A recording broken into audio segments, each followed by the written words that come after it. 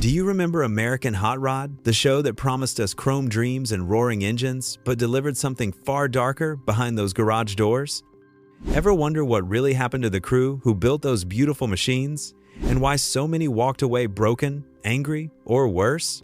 Join us as we pull back the curtain on one of reality TV's most toxic workplaces, reveal the two tragic deaths that shook the hot rod world, and discover where the survivors are today. This is the real story they didn't show you on camera. American Hot Rod ran from 2004 to 2008 on TLC and Discovery Channel, giving viewers an inside look at Boyd Coddington's legendary hot rod shop in La Habra, California. Boyd was already an icon before the cameras arrived, six-time winner of America's Most Beautiful Roadster Award, designer of Cadzilla, one of the most famous custom cars ever built. The man who pioneered billet aluminum wheels and created the Boyd look that defined modern hot rodding. But behind the gleaming paint and polished chrome was a workplace that chewed people up and spit them out. The show became notorious not for the cars, but for the constant firings, the explosive confrontations, and the revolving door of talented craftsmen who couldn't take it anymore. Every episode featured the same crushing pattern: unrealistic deadlines, last-minute parts failures, people working 80-hour weeks. And through it all, shop foreman Duane barking orders, berating workers, and pushing everyone to their absolute breaking point. The pressure was relentless. Boyd demanded perfection, but gave impossible timelines. Cars that should take months had to be finished in weeks. Saturdays were mandatory, Sundays too, if Boyd decided. Family time? Forget it. Personal life? Not allowed. The cameras captured people breaking down, walking out mid-build, getting fired on camera for the smallest infractions. Andreas Anderson quit after just 2 episodes, driven out by verbal abuse. Brad Johnston left crying, accusing management of bullying. Mike Curtis was fired for moonlighting. Charley Hutton walked away after being told he couldn't take one job for a competitor. And that competitor? Chip Foose, Boyd's former partner, former employee, and now the man half the crew wanted to work for. The exodus to Chip's shop wasn't just about money. It was about respect, about not being screamed at on camera, about being treated like a human being instead of a disposable tool. The toxic environment Boyd and Duane created didn't just lose them employees. It cost them some of the most talented fabricators, painters, and builders in the business. But the real tragedy wasn't just the firings or the walkouts. 2 men who poured their hearts into those cars never made it to see where the story ended. One fought a silent battle with cancer while still showing up every day. The other built an empire, only to have his body betray him at 63. Their stories, and the stories of everyone who survived that garage, deserve to be told with the honesty and compassion they never got on screen. Roy Schmidt was old school. Gray-haired, quiet, meticulous. He'd been working with metal longer than some of his co-workers had been alive. Roy was the kind of craftsman who took pride in every weld, every seam, every piece of fabrication that left his hands. He didn't care about the cameras or the drama. He just wanted to build cars the right way. Roy appeared in seasons 1 through 3, working alongside Lee Hayes in the metal shop. While chaos swirled around him, Roy kept his head down and did the work. But the show's editors couldn't resist. They made him a punchline, the grumpy old man, the guy who moved slower than everyone else, the target of jokes and jabs. When he needed help, cameras captured his frustration. When he struggled with the impossible deadlines, it became fodder for drama. What viewers didn't know, what the show barely acknowledged while Roy was alive, was that he was fighting lung cancer. Every day he showed up to that shop, he was battling a disease that was slowly destroying him from the inside. The long hours in the garage, breathing metal dust and welding fumes, the stress of constant deadlines and television pressure, the physical toll of fabrication work when your body is already at war with itself. Roy endured it all because he loved the craft. He loved building cars, even when it was killing him. Roy's wife had already passed away not long before he joined the show. They'd been soulmates. Her death hit him hard, but work gave him purpose. It gave him a reason to keep going, until it didn't. On the 27th of October, 2005, during filming of Season 4, Roy Schmidt died. He was 64 years old. The lung cancer that he'd battled for so long finally took him. The show aired a tribute, acknowledging his passing. Boyd dedicated a car to his memory. But even in death, Roy's treatment felt hollow. The plastic car dedicated to Boyd's best sheet metal worker seemed like an afterthought. The man who'd given everything to the craft deserved better than being remembered as the butt of jokes and the old guy who couldn't keep up. Lee Hayes, Roy's assistant and friend, kept working after Roy's death. Thomas Lodby returned to help fill the gap, but Roy's absence left a hole in that shop that was never truly filled. He represented something that Boyd's operation had lost somewhere along the way. The idea that craftsmanship mattered more than television ratings, that people mattered more than deadlines, that treating workers with dignity was more important than manufacturing drama for cameras.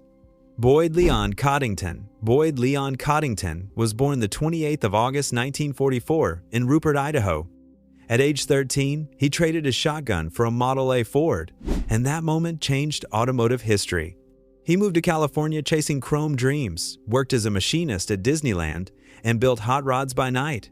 In 1977, he opened Hot Rods by Boyd. By the time American Hot Rods started filming in 2004, Boyd was a legend. His innovations with billet aluminum wheels revolutionized the industry. His cars, Cadzilla, Smoothster, Boydster, were museum pieces. He'd won America's Most Beautiful Roadster 7 times. Nobody in hot rodding had a legacy like Boyd's. But legends aren't built without sacrifice, and Boyd sacrificed more than metal and chrome. He sacrificed relationships. His first 2 marriages ended in divorce. 3 of his 5 sons barely knew him. Even his own son, Chris Codington, couldn't work at the shop for long. The television show brought Boyd fame and money, but it also exposed something ugly. His management style was brutal. Boyd was rarely at the shop, yet demanded perfection when he showed up. He criticized work that had been done under impossible conditions. He expected loyalty, but showed little in return. Chip Foose, once Boyd's partner and protege, left after creative differences. Jesse James, who started his career with Boyd, struck out on his own. Charley Hutton, one of the best painters in the business, asked to do one outside job and was permanently banned from returning. Boyd saw every departure as betrayal, every outside opportunity as theft. He built walls around his empire and wondered why people kept trying to escape. But Boyd had bigger problems than employee turnover. He was a longtime diabetic. His health had been declining for years, though he hid it well. On the 31st of December 2007, just after New Year's Eve, Boyd was hospitalized following a fall at his home. Doctors discharged him, but days later he was back. His colon had perforated. Toxins leaked into his body, damaging his liver and kidneys. Surgeons operated, expecting a full recovery.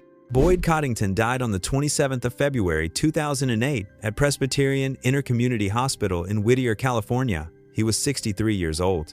His publicist stated he died from complications from surgery, compounded by his diabetes. The hot rod world mourned. Boyd had changed the industry forever. He'd shown what was possible when vision met craftsmanship, but he'd also shown what was lost when perfectionism became obsession, when business became warfare, when winning meant destroying everything else. His wife Jo was devastated. She'd been his partner, his confidant, his defender.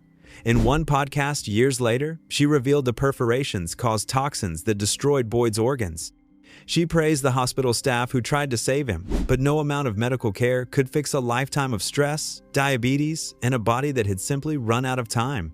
On the 20th of June 2008, Boyd Coddington Hot Rods closed its doors forever. The shop that built dreams was gone. The cars remained, scattered across collections and museums. But the man who created them, who demanded everything from everyone, including himself, was gone. And with him went an era, the toxic culture. The cameras never stopped rolling.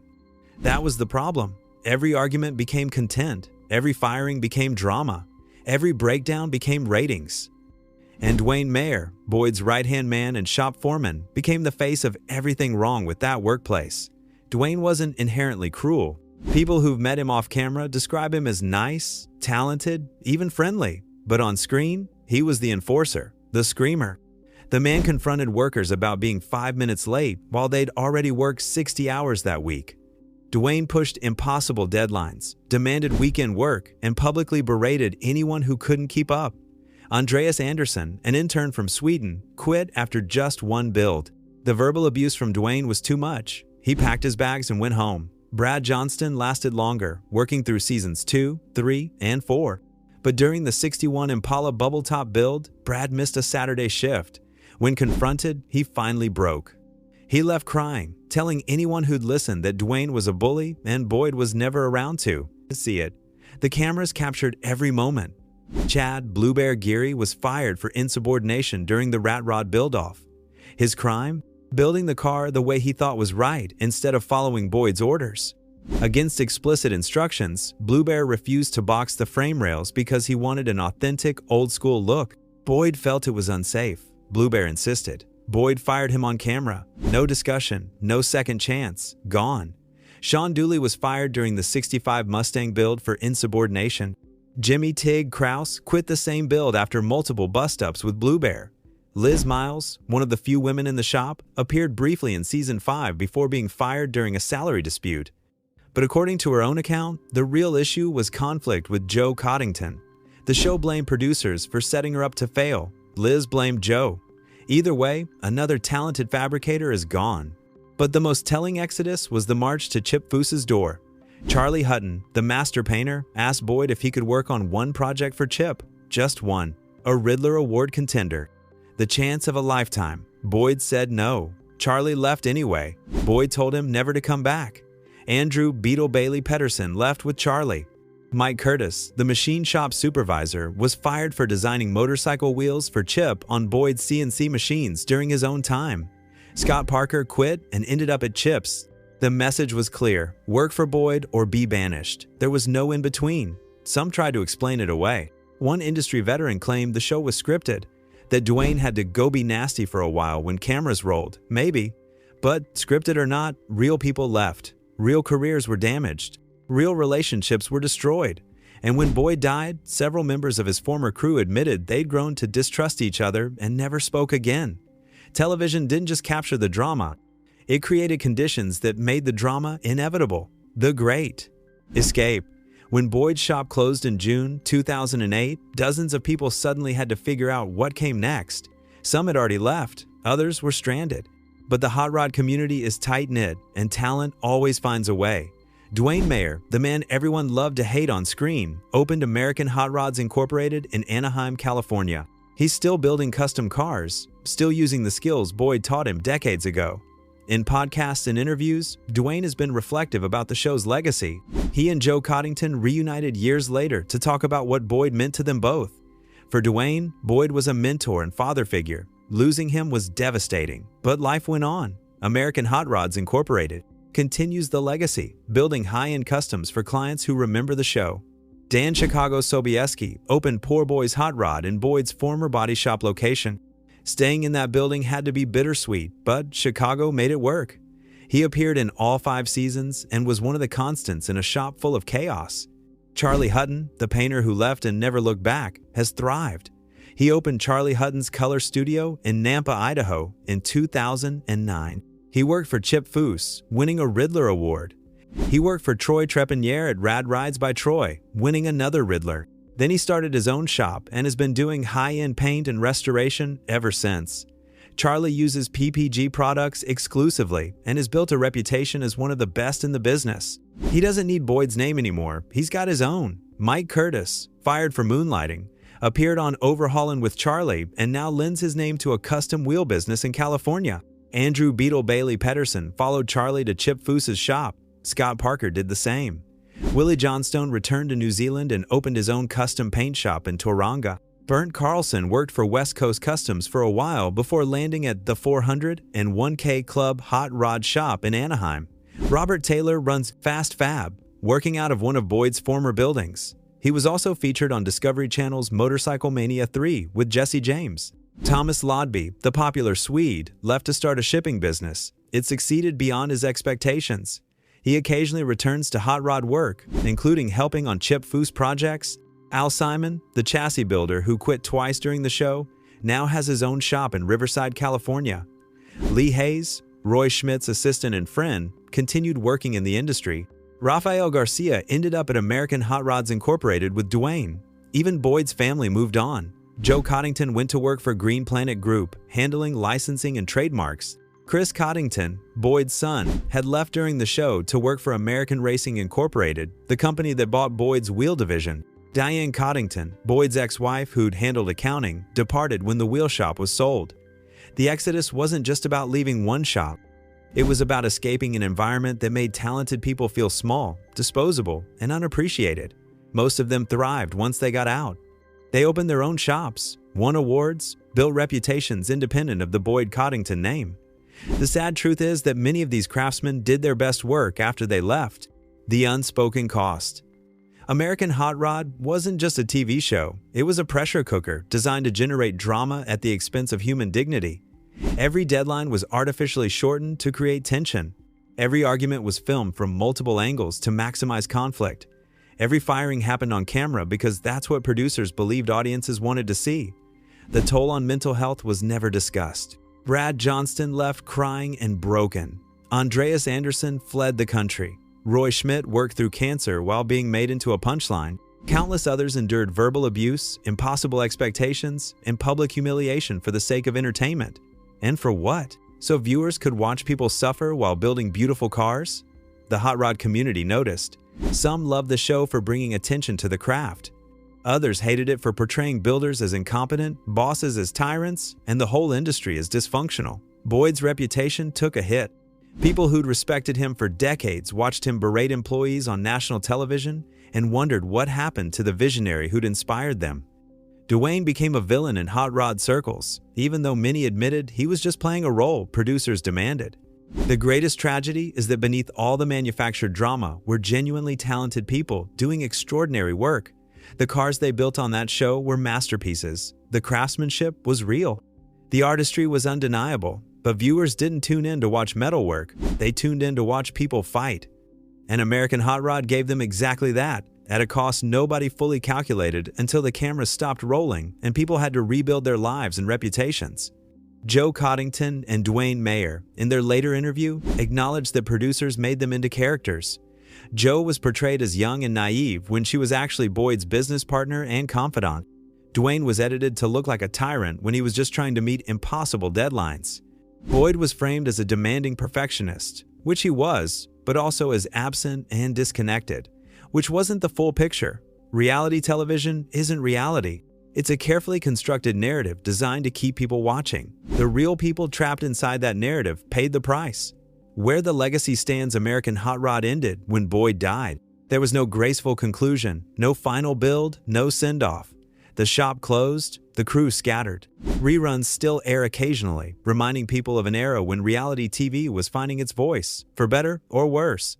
Boyd's cars remained legendary. His innovations in wheel design changed the industry permanently. His influence on custom car culture is undeniable. But his legacy is complicated. He was a visionary who demanded perfection. He was also a boss who drove people away. He built an empire and couldn't keep it together. He inspired a generation and alienated those closest to him. Roy Schmidt is remembered by those who worked alongside him as a craftsman who deserved better. His death from lung cancer at 64 was a loss the hot rod community felt deeply, even if television barely acknowledged it properly.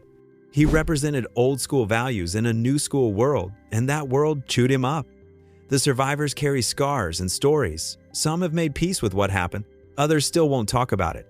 But nearly everyone who walked through Boyd's shop doors has a story about the impossible deadline, the public humiliation, the moment they decided enough was enough.